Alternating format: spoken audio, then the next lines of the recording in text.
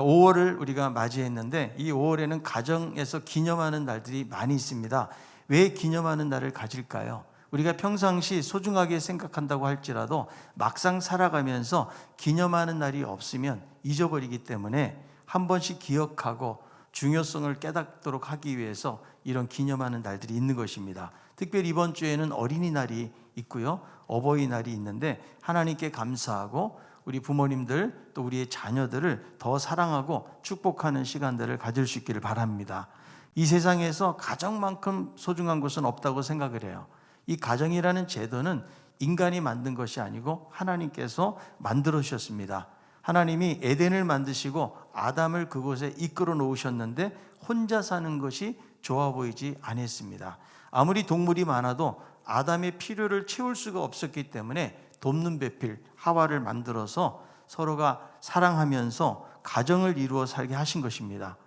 여러분, 아무리 직장이 좋아도 가정에 문제가 있고 어려워 보세요. 손에 일들이 잡히지를 않습니다. 교회가 좋다고 할지라도 가정에 어려움이 있으면 신앙생활이 온전해지기가 어렵다는 거죠. 그래서 가정은 우리 모두에게 훌륭한 보금자리요, 안식처입니다. 세상의 비바람을 막아주는 은신처가 가정이라는 거죠.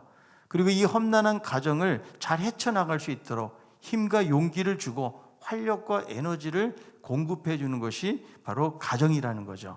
그런데 오늘날 가정들이 건강하지 못하고 점점 역기능적인 가정들이 많아지고 있다는 것입니다. 부부 사이의 갈등 때문에 이혼까지 가는 가정들이 많고 그 사이에서 자녀들은 상처를 받기도 하고 때로는 버림을 받기도 합니다. 또 고령화 시대에 접어들면서 부모님들의 문제나 여기서 파생되는 문제들이 점점 많아지고 있다는 것입니다. 사실 한국 사회는 건강한 가정을 이루기 어려운 여건들이 많이 있습니다. 요즘 청년 실업의 문제들이 심각하다 보니까 이 경제적인 문제가 대두가 되면서 결혼으로 이어지지를 않는다는 거죠. 이제는 아예 결혼을 포기하고 청년들이 또 결혼을 해도 집 사는 거 포기하고 자녀 낳는 거 포기하고 세상을 힘있게 헤쳐나가야 될 젊은이들이 가정을 이루고자 하는 꿈조차 갖지 못하는 시대를 우리가 살아가고 있다는 것입니다. 또 결혼하면 혼자 보면 살기가 힘이 들어요. 그래서 이제는 거의 맞벌이 부부가 되고 바쁜 생활, 직장 생활 속에서 자녀 돌보기가 어려워지면서 그러다 보니까 이런저런 사정 때문에 부부가 평균적으로 한 명도 출산하지 않는 세계 최하위의 출산율 국가가 되었다는 것이죠. 자녀들은 양쪽 부모님들이 일하다 보니까 돌봄을 받지 못합니다. 어린이집이나 학원 등지에 시간을 보내게 되고 부모의 손길 가운데서 멀어지면서 방치되는 경우가 많아지고 있어요. 부부가 또 직업을 갖다 보니까 많은 경우에 할머니, 할아버들이 육아를 담당하면서 부모님들이 노년이 되어도 쉬지 못하고 육아 노동에 시달리면서 보내는 것이 현실이라는 거죠. 그래서 점점 우리의 가정들이 병들어가고 있다. 그런데 여러분, 가정을 가장 소중하게 여기는 민족이 있다면 유대인들이라고 말할 수가 있어요. 유명한 철학자 헤겔이 이 세계 정신사에 가장 큰 영향력을 미친 민족이 어딘지 연구를 하던 중에 책을 썼는데 그 민족이 누군가 자기가 가장 싫어하는 유대 민족이라는 사실을 알게 되었다는 거예요. 유대인들에게 세 가지 요약을 했는데 첫째는 안식일 제도, 둘째는 회당 제도, 그리고 마지막이 가장 중요한 특징이라고 할 수 있는 가정 제도였다는 거죠. 그래서 이 세 가지가 지금도 유대인들을 가장 견고하게 만들어주는 역할을 하고 있다는 것입니다. 특별히 유대인들은 매주마다 안식일이 되면 온 가족이 함께 모여요. 안식일날은 일을 하지 않습니다. 하루 전에 모든 음식도 다 준비를 해서 안식일날은 오직 예배하는 데 집중하고 함께 음식을 나누면서 또 안식일 내내 가족들이 함께 시간을 갖는다는 거예요. 그래서 이 민족의 힘이 어디서 나오는가? 바로 신앙과 가정이고 어렸을 때부터 철저하게 하나님의 말씀을 가르치는 것에서 왔다는 것이죠. 여러분, 우리들은 가정의 중요성을 지나치기가 쉬워요. 우리 그리스도인들조차도 세상에서 열심히 살아서 남부럽지 않게 살고자 하는 것을 목표로 하고 살아가는 경우가 많이 있다는 거죠. 이것을 목표로 하다 보니까 돈 벌고 일을 하다 보니까 가정을 소홀하게 여기게 되어지고 정말 가장 무엇이 중요한지를 놓치면서 살게 된다는 거예요. 여러분, 세상에서 열심히 사는 거 중요하죠. 또 일을 안 할 수가 없습니다. 또 살다 보면 어쩔 수 없이 많은 일들을 해야 되는 상황 가운데 놓일 때가 있다는 것이죠. 그러나 무엇을 위해서 열심히 살아가고 있습니까? 물론 우리들은 여러분 먹고 살기 위해서, 생존을 위해서, 그리고 우리가 부양해야 될 가족들을 위해서 일하고 살아가고 있다는 거죠. 그런데 우리들은 건강을 잃어버릴 정도로 열심히 일하다가 돈 벌잖아요. 이 돈 어디 쓰는지 아십니까? 몸이 병들어가지고 다시 건강 회복하는 데 돈을 써요. 그러다 회복이 되면 다행인데 그동안 번 돈을 다 썼는데 회복도 안 되고 세상을 일찍 떠나는 경우도 있다는 것이죠. 여러분, 우리가 무엇이 중요한지를 놓칠 수가 있다는 거예요. 어떻게 하면 우리의 가정들이 행복한 가정이 될 수가 있을까? 우리 믿는 사람에게 진정한 행복이라는 것이 무엇인가? 시편 128편을 보니까 1절에 이렇게 말씀합니다. 여호와를 경외하며 그의 길을 걷는 자마다 복이 있도다. 여러분, 하나님을 믿는 사람에게 최고의 복이 뭐라고요? 하나님을 경외하고 하나님이 주신 그 길을 걷는 자가 진정으로 행복한 사람이다. 그래서 여러분, 축복받는 가정은요, 어디서 옵니까? 하나님을 잘 경외하는 데서 오는 것이죠. 여러분, 세계적인 정신학 박사인 데이비드 핑크라는 사람이 정서적인 안정과 행복을 위한 4가지 균형이라는 논문을 썼는데요. 정신적 행복을 위해서 4가지 조건이 필요하대요. 첫 번째가 일이에요. 일을 하는 환경이나 조건이 중요하다는 거예요. 두 번째가 긴장을 풀어주는 여가생활, 이게 두 번째로 중요하고, 세 번째는 어려움을 이겨내는데 버팀목이 되는 어떤 사랑의 대상, 이것이 있어야 된다. 그리고 마지막으로 강조한 것이 무엇인가 하면 초월적인 하나님 앞에 예배를 드리는 것이라고 말씀을 했거든요. 그러니까 인생 속의 행복과 정서적인 안정을 가져다주는 중요한 4가지 중에 이 마지막 예배라는 거예요. 이 사람은 무신론자, 하나님을 안 믿는 사람인데 예배 드리는 사람들의 삶을 보니까 그 사람들이 정서적으로 안정되고 행복을 누리면서 살고 있다는 사실을 그는 발견하게 된 것입니다. 여러분, 요즘 제일 답답한 것이 무엇입니까? 밥을 2끼밖에 안 먹고 다이어트를 하는데 살이 안 빠지는 것이 답답하십니까? 여러분, 봄에 옷장에 걸려있는 옷을 꺼내 입어도 거울에 비치는 내 모습을 보면서 그게 마음에 안 들어가지고 답답해하지는 않습니까? 내가 원하고 계획하는 일들이 마음만큼 잘 되지 않아서 답답해하고 있습니까? 여러분, 우리가 살다 보면 답답한 일들이 많이 있지만 믿음 생활하는 사람들에게 가장 답답한 일이 무엇일까요? 예배를 제대로 못 드린다는 거예요. 하나님을 잘 섬기느냐 못 섬기느냐, 여기에 가장 중요한 역할을 하는 것이 바로 예배라는 거예요. 그래서 여러분, 하나님을 잘 섬긴다는 것은 예배에 대한 태도에서 출발을 하는 거예요. 하나님을 믿는다고 하면서도 예배를 무시하고 예배를 소홀히 여긴다면 그것은 하나님으로부터 마음이 멀어진 것을 의미하는 거예요. 하나님을 안 믿는 학자도 예배가 정말 중요하다라고 그렇게 이야기를 했다면, 여러분, 성경은 우리에게 이렇게 말하죠. 행복이 어디서 오는가? 하나님과 바른 관계 속에 있는 거예요. 그분을 예배하고 우리의 삶 속에서 하나님을 예배하는 삶을 살면서 바른 관계를 가질 때 거기서 행복해지지만, 불행은 어디서 올까요? 하나님과 멀어지고 하나님과의 관계로부터 문제가 생길 때 오게 된다는 거예요. 여러분, 예배 참석하는 것이 아무것도 아닌 것 같아도 예배 부부가 이렇게 참석을 하잖아요. 그렇지 않은 부부보다 이혼율이 낮아요.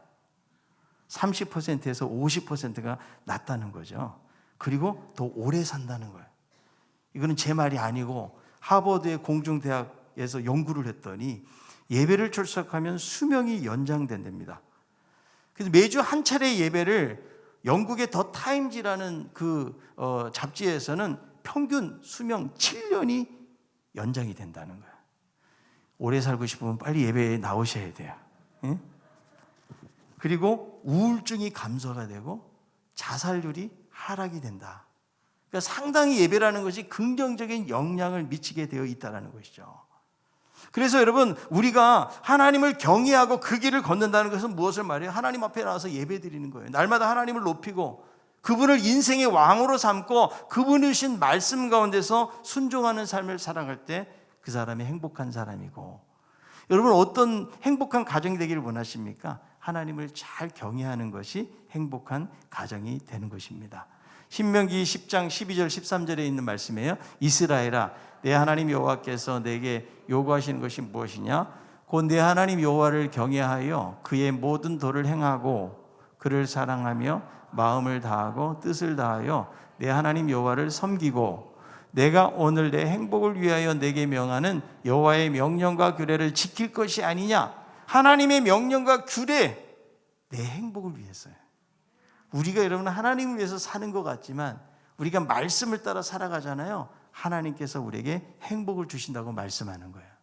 여러분, 이 복은 세상에서 행운을 바라거나 선택과 노력을 잘한다고 오는 것이 아니라는 거예요.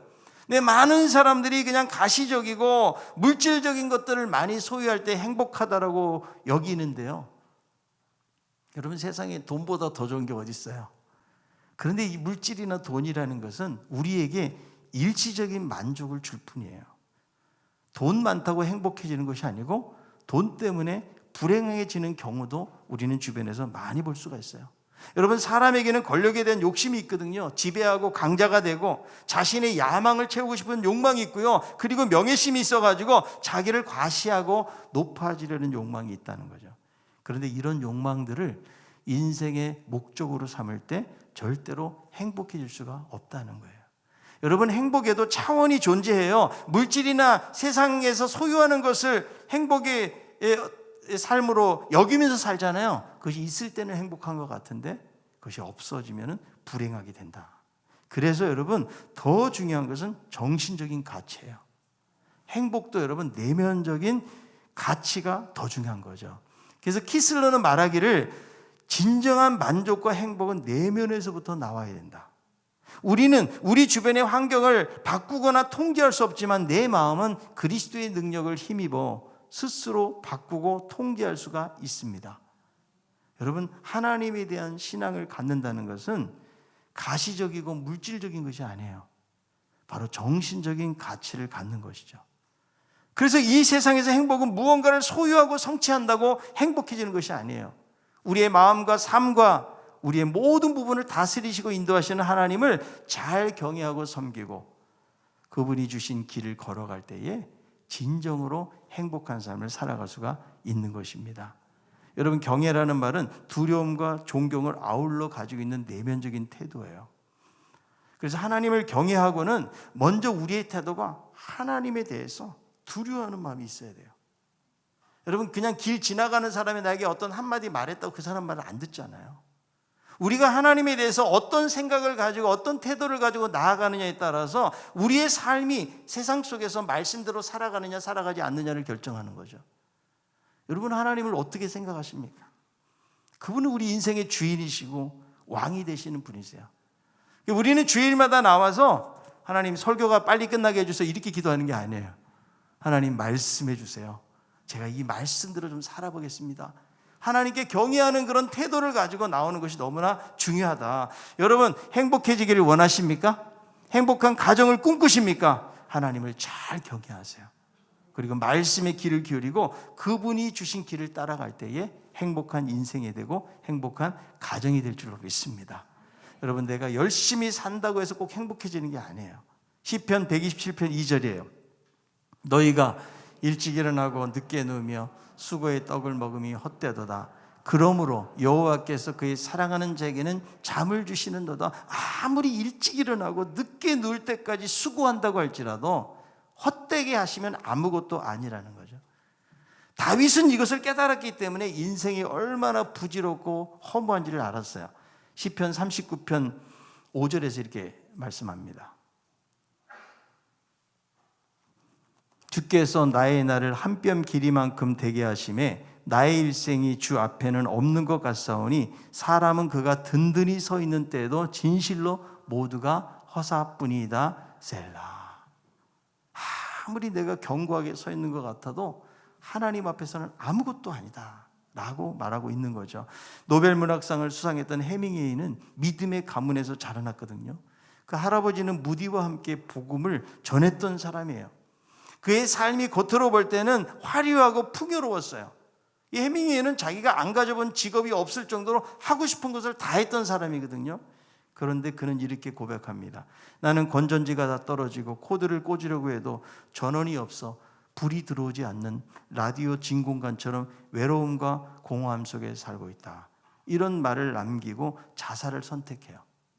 풍요롭고 행복한 조건을 다 가진 사람처럼 보였지만 그는 하나님을 떠났기 때문에 공허함을 이기지 못하고 생을 그렇게 마감할 수밖에 없었다는 것입니다. 신명기 30장 15절부터 있는 말씀을 읽어봅니다. 보라, 내가 오늘 생명과 복과 사망과 화를 내 앞에 두었나니 곧 내가 오늘 내게 명령하여 내 하나님 여호와를 사랑하고 그 모든 길로 행하며 그의 명령과 규례와 법도를 지키라 하는 것이라. 그리하면 내가 생존하며 번성할 것이요 또 내 하나님 여호와께서 내가 가서 차지할 땅에서 내게 복을 주실 것임이니라. 그러나 내가 만일 마음을 돌이켜 듣지 아니하고 유혹을 받아 다른 신들에게 절하고 그를 섬기면 내가 오늘 너에게 선언하노니 너희가 반드시 망할 것이라. 너희가 요단을 건너가서 차지할 땅에서 너희 날이 길지 못할 것이니라. 여러분, 하나님께서 우리에게 생명과 복과 화, 사망, 요구를 두셨어요. 거기에서 무엇을 선택하느냐에 달라진다는 거죠. 그래서 복이라는 것은 하나님을 잘 경외하고 말씀을 따라 살아갈 때 복을 주시지만, 그러나 화나 저주라는 것은 돌이켜서 하나님 섬기지 않고 우상을 섬기고 불순종할 때에 성경은 반드시 망하고 하나님의 약속의 땅에서 오래 살지 못한다라고 말씀하고 있어요. 그러니까 여러분, 행복과 불행은 누가 선택하는 거예요? 우리가 선택하는 것이죠.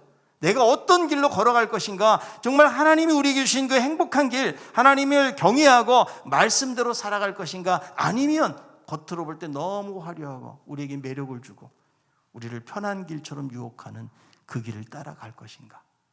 여러분, 롯은요 소돔과 고모라를 보니까 에덴 동산과 같고 애굽 땅과 같았더라. 얼마나 비옥해 보였으면 그렇게 했어요. 그러나 멸망의 땅을 선택하고 나아가는 모습을 보지 않습니까? 여러분, 우리가 어떤 길로 갈 것인가? 행복한 길은 하나님을 경외하고 그 길을 따라가는 자다 말씀하고 있는 거예요. 그래서 이렇게 살아가는 자들에게 하나님이 주시는 복이 있는데, 첫 번째 그 복이 시편 128편 2절에 있는 말씀이에요. 내가 내 손이 수고한 대로 먹을 것이라 내가 복되고 형통하리로다. 행복은 어디서 그냥 굴러 떨어지는 것이 아니고 손으로 수고해야 된다. 여러분, 하나님이 복을 주신다고 아무것도 안 하고 있으면 되는 것이 아니라는 거예요. 여러분, 일도 안 하면서 정당한 어떤 노동의 대가를 지불하지 않으면서 결실을 얻고자 하는 그런 자세를 버려야 돼요. 여러분, 인도의 간디가 7가지 제약 중에 하나가 무엇인가 하면 노동 없는 부를 그는 이야기했어요. 오늘날 여러분, 점점 참된 노동의 가치가 사라져가고 있다는 거예요. 성실하게 일해가지고 벌려고 하지 않고 한꺼번에 일확천금을 꿈꾸면서 살아가는 사람들이 많이 있어요. 어떻게 하면 내가 일하지 않고 편하게 살까? 여러분, 노력 없는 대가를 바라서는 안 된다는 거예요. 요즘 아무리 여러분 일자리가 힘들고 어렵다고 해도 막상 힘든 노동의 현장에서는 사람이 없어가지고 일을 못한다라는 그런 말들을 우리가 많이 듣지 않습니까? 여러분, 복되고 형통하다는 의미는 노동한 대로 결과가 풍족하게 드러난다. 여러분, 일을 했는데 헛수고라고는 얼마나 힘이 들겠어요. 그런데 일한 대로 보람이 있고 일하는 즐거움이 생긴다는 거죠. 여러분, 하나님의 복은 아무 일도 안 하고 사는 데서 오는 것이 아니다. 하나님은 그런 방식으로 복 주는 것을 별로 기뻐하지 않으신다는 거예요. 여러분, 요한복음에 보면 하나님이, 예수님 말씀하시죠. 하나님이 일하시니 나도 일한다. 하나님도 일하시는 하나님으로 말씀해주고 있다는 거죠. 여러분, 노동은 힘들지만 오늘날 나에게 주어져 있는 일이 있다는 것이 얼마나 감사한가. 여러분, 이왕이면 일하는 즐거움을 가지고 일할 수 있는 우리 성도들이 될 수 있기를 바랍니다. 여러분, 계단을 청소하더라도 좀 휘바람을 부르면서 하세요. 즐겁게 감사하는 마음으로 청소를 해보세요. 사람들이 그냥 지나쳐가지 않아요. 저 사람은 계단 닦는 사람이 뭐가 저렇게 즐거울까? 이렇게 생각하거든요. 여러분, 아파트를 관리하고 지키는 분들도 즐거움으로 한다면 이것이 얼마나 큰 축복인지 몰라요.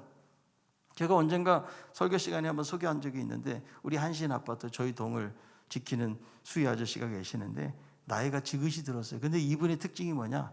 만날 때마다 감사합니다, 감사합니다, 감사합니다. 생긴 거 보니까 장로님처럼 생겼더라고요. 근데 장로님이 아니고 교회도 안 다니시는 분이에요. 어떻게 저렇게 교회도 안 다니는 분이 저렇게 감사합니다라는 말을 많이 할 수 있었을까? 오히려 여러분, 교회 다니는 직분을 가지고 있는 분들도 내가 세상에서 그렇게 일한다면 감사합니다라는 말을 그렇게 많이 사용할까? 목사를 감동시킬 정도로 그렇게 말을 하고 있다 그러면 이것이 여러분 얼마나 보기 좋고 아름다운 모습 아닙니까? 우체부 프레드라는 책이 있어요. 실화를 다룬 책인데, 이 프레드라는 사람은 우편 배달원이거든요.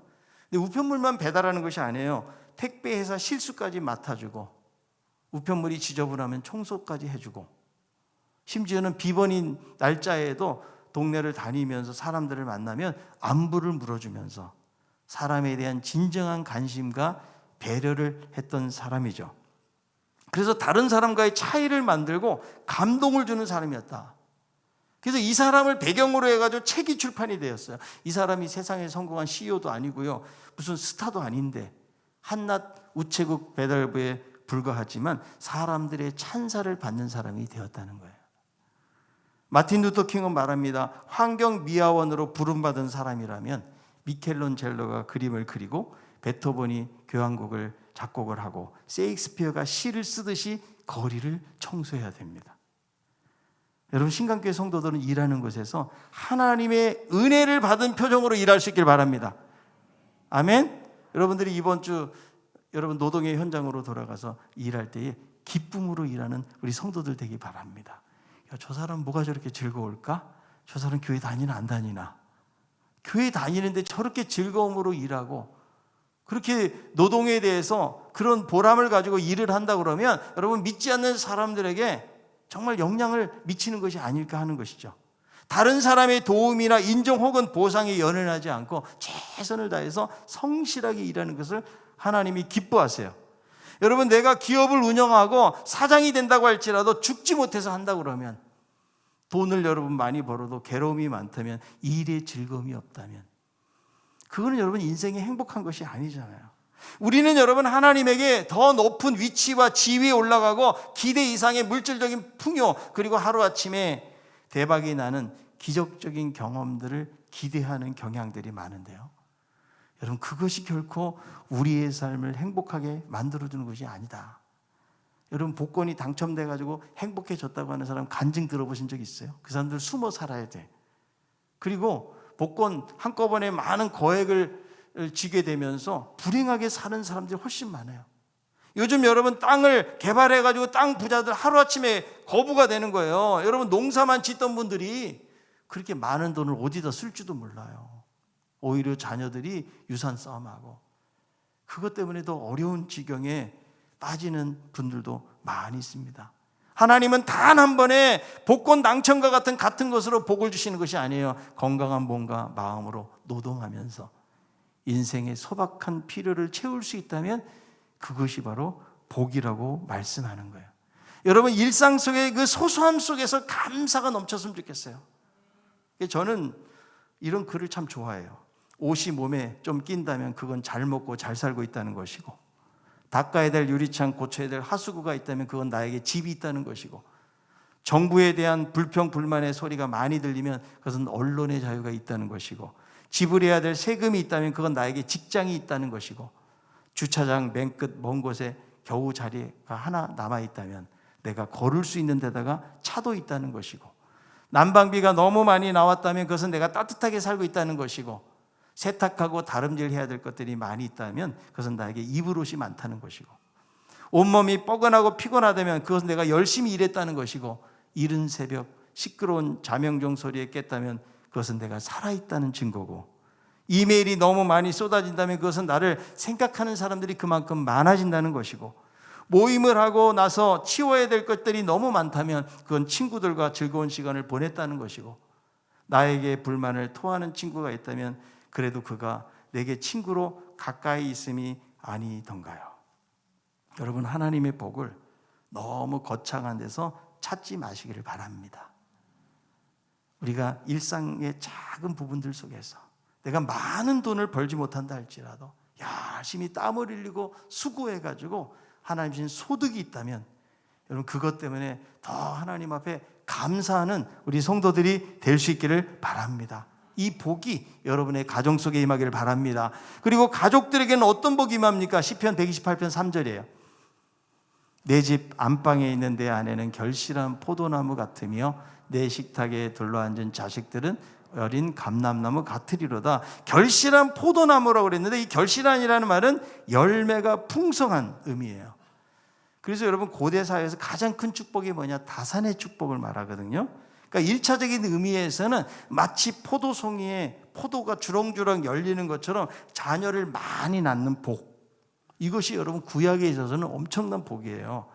아내들이요, 결실한 포도나무가 되기를 원하십니까? 자녀를 많이 낳아야 돼요. 요즘 여러분 많이 낳는다고 뭐 옛날처럼 5명, 6명 막 이렇게 낳는 가정은 없잖아요. 여러분 개인적인 여러 가지 사정과 형편이 있어요. 그래서 하나 낳는다 그러면 줄어드는 거예요. 여러분들이 둘을 낳아야 유지가 되는 것이고요. 셋을 낳아야 생육하고 번성하는 거예요. 여러분 부목사님들 가정 보세요. 생육하고 번성해요. 왜? 담임 목사 닮아가지고. 그래서 여러분 자녀를 낳고 키운다는 게 쉬운 일은 아니죠. 그런데 하나님이 생육하고 번성하라 그리고 이 땅에 충만하라 말씀하셨기 때문에 여러분 결혼을 준비하는 우리의 자녀들이 있다 그러면 기본적으로 최소한 2 이상은 낳을 것을 말해줘야 되는데 오히려 부모들이 뭐라 그래요? 야, 애 많이 낳으면 고생한다. 그냥 하나만 넣어서 잘 기르라. 이런 말 하지 않습니까? 여러분 경건한 자녀들이 많아져야 다음 세대가 소망이 있는 거예요. 우리는 여러분 그리스도의 말씀을 따라 살아야지 세상적인 가치관을 따르지 말아야 된다는 거예요. 그래서 하나님을 경외하는 자에게 주시는 복은 자녀들을 통해서 하나님의 축복이 계속 이어지기 때문에 결실한 포도나무라는 말을 사용하고 있는 거예요. 자, 그리고 이 결실한 포도나무는 풍성한 축복의 결실과 가정의 화목과 화평을 이루기도 하는데요. 여러분 남편에게 특별히 말하는 것이 아니고 아내에게 말을 하는 이유가 무엇일까? 남편은 수고한 대로 먹는 복을 이야기했다 그러면 아내에게는 결실한 포도나무, 가정에서 내 집 안방에 있는 그만큼 가정에서 중요한 역할을 한다는 거예요. 그러니까 여러분 아내가 지혜롭고 현숙한 여인이 되면요 가정 분위기 전체가 바뀌어요. 그러나 믿음도 없고 인격이 형편없잖아요. 가정이 얼마나 깨어지고 어려움을 당하는지 몰라요. 여러분 잠언 31장에 현숙한 여인이 나오죠. 한번 읽어봅시다. 그의 자식들은 일어나 감사하며 그의 남편은 칭찬하기를 덕행이 있는 여자가 많으나 그대는 모든 여자보다 뛰어나다 하느니라. 고운 것도 거짓되고 아름다운 것도 헛되나 오직 여호와를 경외하는 여자는 칭찬을 받을 것이라. 여러분 결실한 포도나무와 같은 아내는 하나님을 경외하는 여자예요. 그래서 자식들도 막 감사하고 남편도 정말 세상에 덕행이 있는 여자가 많지만 당신보다 대단한 여자는 없다라고 칭찬하는데 그 모든 것들이 어디서 하나님을 경외하는 데서 온다는 거예요. 여러분 포도나무는 기쁨과 축복의 상징이에요. 왜냐? 이 포도주는 음료수 역할을 하니까요. 우리처럼 뭐 포도주 개념이라기보다는 그들에게는 음료수적인 개념이에요. 그래서 목이 마른 사람이 포도주를 마시면 목이 축여지고 해갈이 되는 기쁨이 있잖아요. 그러니까 여러분 아내들의 역할은 뭐냐면 남편이 가정에 딱 들어갔을 때에 포도주처럼 피로가 쫙 풀리도록 그렇게 에너지를 줄 수 있는 아내들이 결실한 포도나무예요. 아멘입니까? 남편이 왜 집에 늦게 들어오는지 아십니까? 회사가 바빠서 그럴 수도 있지만 아내의 잔소리 듣기 싫고 더 피곤해지기 때문에 늦게 들어갈 가능성이 있다는 사실을 여러분들이 기억할 수 있기를 바랍니다. 아내는 여기저기 다니면서 남편 흉이나 보고 말만 만드는 그런 여인이 되어서는 안 돼요. 자기의 자리를 가정의 가장 중심에서 그런 역할하는 사람이 아내라고 성경은 말씀하기 때문에 그 자리를 잘 지켜갈 수 있기를 바랍니다. 여러분 아담이 에덴에서 살다 보니까 늘 보는 사람이 하와잖아요. 너무 지겨운 거예요. 그래서 갑자기 아담이 사라져서 한참 시간이 지난 다음에 자꾸 오고 그러니까 하와가 제일 먼저 하는 일이 무엇인지 아십니까? 남편의 갈비뼈를 세보더래요. 왜? 여자를 또 만들어서 만다고 왔을까 봐. 여러분 결실한 포도나무와 같은 그런 아내들이 될 수 있길 바랍니다. 그리고 자녀들은 어떻게 된다고요? 어린 감람나무 같으리로다. 올리브나무, 새순이 돋아 나오는 그것을 말해주는데요. 여러분 한번 그림으로 한번 상상해 보세요. 하나님을 잘 경외하는 행복한 가족 속에 자녀들이 옹기종기 식탁에 앉아서 즐겁게 먹고 마시고 있다. 하나님을 경외하는 부모 밑에서 말씀으로 신앙으로 잘 키워진 자녀들은 세상의 소망이 되고 가정의 미래가 되는 거예요. 여러분, 이 감람나무는 기쁨과 축복의 상징이고 영화와 아름다움의 상징이고요. 요한계시를 보면 감람나무 예수님을 거기다가 비유를 하기도 하거든요. 그러니까 이 감람나무와 같은 축복은 무엇을 말해요? 자녀들이 어떤 환경 속에서도 흔들리지 않는 것이죠. 그리고 어디서나 요긴하고 쓸모있는 삶을 살게 되어지고 나라와 민족과 세상과 교회를 위해서 꼭 필요한 존재가 된다는 것을 의미하는 거예요. 창세기 49장 22절, 요셉은 무성한 가지고 샘 곁에 무성한 가지라. 그 가지가 담을 넘었도다. 샘, 하나님의 은혜를 상징해 주는 거죠. 거기에 가지가 무성해져 가지고 무엇을 넘어가요? 담을 넘어간다.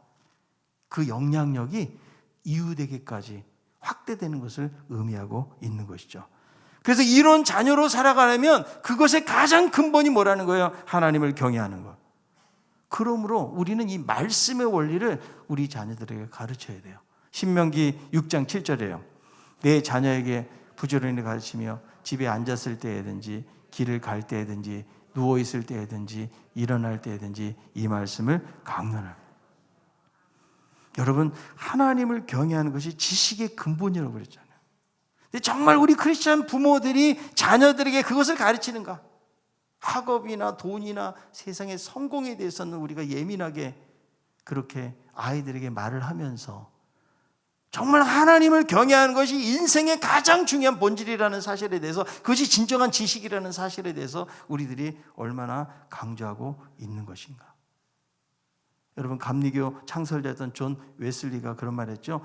훗날 주님 앞에 설 때 세 가지의 질문을 받는다는 거예요. 첫째는 시간을 어떻게 사용했느냐, 두 번째는 물질을 어떻게 사용했느냐, 그리고 세 번째는 우리의 자녀들을 어떻게 키웠느냐. 그러니까 인생 속에서 가장 중요한 부분이 바로 자녀 교육이라고 말씀해주고 있다는 거죠. 여러분, 우리는 우리의 자녀들에게 무엇을 남기시겠어요? 그들이 세상을 살아가는데 필요한 신앙적인 가치관을 그들이 남겨야 되지 않겠어요? 그들에게. 요즘 여러분 집값이 천정부지로 뛰고 있는데 내가 평생 열심히 여러분 살아가지고 집 한 채 남긴다고 자녀들의 삶이 얼마나 달라지겠어요? 이 세상을 지혜롭게 살아갈 수 있는 말씀을 남기고 신앙을 남기고 아무리 힘든 시련이 찾아와도 기도함으로 그것을 잘 극복하고 이겨낼 수 있는 그런 자녀들을 만들어야죠. 그냥 유산을 좀 남겨가지고 내가 열심히 벌어서 여러분 돈을 줬다고 그 아이들이 세상을 지혜롭게 사는 것이 아니라는 거예요. 여러분, 신앙의 분명한 가치를 그들에게 남길 수 있는 우리 부모들이 되시기를 바랍니다. 롤프 가복이라는 사람이 쓴 책이에요. 하루에 한 번 자녀를 축복하라. 이 책에 보면 이 저자는 민수기 6장 24절 26절의 말씀을 가지고 자녀들을 축복하는 거예요. 자녀들이 잠자리에 들 때마다 그들의 머리에 손을 얹고 축복 기도를 하는데, 자, 민수기 6장 24절부터 26절까지의 말씀이에요. 여호와는 내게 복을 주시고 너를 지키시기를 원하며 여호와는 그의 얼굴을 내게 비추사 은혜 베푸시기를 원하며 여호와는 그 얼굴을 내게로 향하여 드사 평강 주시기를 원하노라 할지니라 하라. 그러니까 하나님께서 제사장에게 이스라엘 백성들을 축복할 때 이렇게 축복하면 내가 너에게 복을 주겠다고 약속하신 거거든요. 그래서 아이의 이름을 여기다 넣어가지고 잠자리에 들기 전에 축복 기도를 하고 마지막에 아버지와 아들과 성령의 이름으로 기도합니다. 아멘을 덧붙였다고 그래요. 여러분, 우리 부모가 자녀들을 위해서 할 수 있는 것이 뭐냐? 축복 기도할 수가 있는 거예요. 여러분, 축복하는 엄마 아빠의 기도를 받으면서 자란 아이들은 절대로 여러분 악한 길로 빠지지 않아요. 기도로 자란 아이들은 하나님이 그 길을 인도해 주시고 책임져 주실 것을 믿습니다. 여러분, 이 세상이 그냥 자동으로 잘 되는 것은 없어요. 끊임없이 자녀들을 위해서 기도하고 하나님 경외하기를 잘 가르칠 때에 하나님 그 수고와 눈물을 헛되지 않게 하신다는 거죠. 여러분, 어린이 날을 맞이하면서 우리들은 그동안 우리의 자녀들을 어떻게 키워왔는지를 좀 돌아볼 필요가 있어요. 세상적으로 잘 되는 것만큼 자녀들이 정말 하나님을 잘 경외하면서 잘 살고 있는지에 대해서 우리가 관심을 가져야 돼요. 아이들에게 선물 하나 준다고 해서 그 아이들의 영혼이 바뀝니까? 내가 어떻게 우리 자녀들을 위해서 기도하고 축복하고 어떻게 그들을 격려하고 어떻게 신앙 안에서 잘 성장해 갈 것을 위해서 우리는 얼만큼 땀을 쏟고 있는가, 이런 생각을 한번 돌이켜 보시길 바랍니다. 여러분, 우리의 다음 세대가 하나님을 모르는 다른 세대가 되어서는 안 된다. 행복한 가정, 행복한 자녀들은 세상적인 가치를 추구하는 데서 결코 오지 않는다는 거예요. 하나님을 잘 경외하고 그 길을 걷는 자에게 하나님이 이런 복을 주신다는 사실을 우리 자녀들에게 가르쳐야 되는데, 내가 하나님을 잘 경외하지 못하고 내가 그 길을 걷지 않고 있다 그러면 아이들에게는 전혀 그 말씀이 들어가지를 않아요. 우리가 먼저 하나님을 잘 경외하고 그 길을 잘 걸어가면서 내가 너희들에게 세상에 많은 돈은 물려주지 못한다. 정말 가난하고 힘들게 사는 부모일 수도 있어요. 그러나 하나님을 잘 경외하고 믿음의 길을 걸어야 된다. 이것을 그 아이들에게 가르칠 때에 우리보다 그 다음 세대가 하나님이 기뻐하시는 영적으로도 번창하고 풍성한 세대가 되지 않을까요? 나까지 신앙생활 열심히 잘하다가 우리 자녀들은 하나님을 모르는 자녀들이 된다고 그러면 어떻게 신앙이 전달되고 이어질 수가 있겠습니까? 우리가 다시 한번 우리의 자녀들을 위해서 이미 장성하고 시집가고 장가가고 손주 낳고 사는 그런 자녀들도 많이 있지만 우리는 계속해서 축복하고 그들을 위해서 기도하고 하나님을 잘 경외하는 그런 가정이 되기를 위해서 우리가 그런 영적 관심을 가져야 돼요. 그냥 세상에서 이번에 집 사고 얼마나 잘 살고 회사에서 승진하고 여러분 이런 거로 기뻐하는 것이 아니고 정말 하나님을 누구보다도 사랑하는 아름답고 복된 가정이 되어서 믿음의 길을 잘 걸어간다면 그것이 정말 그 아이들의 행복한 가정이 되는 것이고 하나님의 가장 큰 축복인 줄로 믿습니다. 이런 아름답고 행복한 가정은 하나님을 잘 경외하고 그 길을 걷는 자에게 주신다는 이 말씀을 다시 한번 기억하면서 주님 안에서 행복한 가정, 하나님이 기뻐하시는 거룩한 가정을 이루어갈 수 있는 우리 모두가 다 될 수 있기를 바랍니다.